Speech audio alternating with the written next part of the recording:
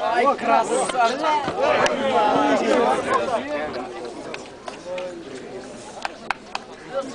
Жартылай жегіп қызыл ұштан қойған.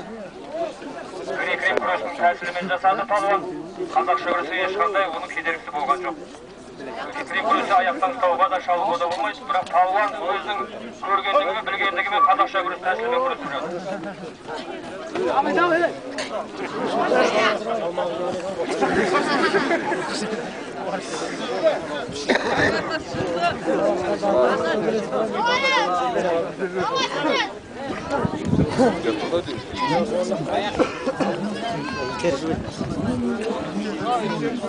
Құтылғышта палуанға ескерту, қарсыласын итеріп тәсілден тыс жасаған үшін.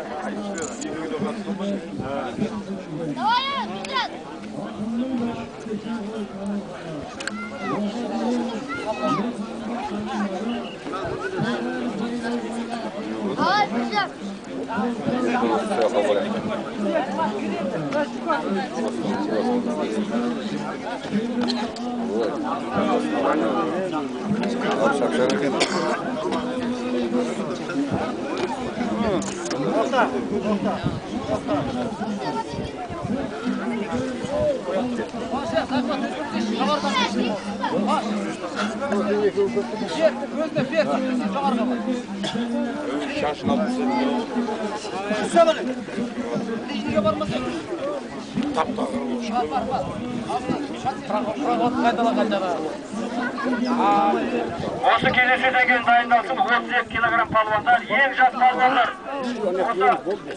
Осы атамыздың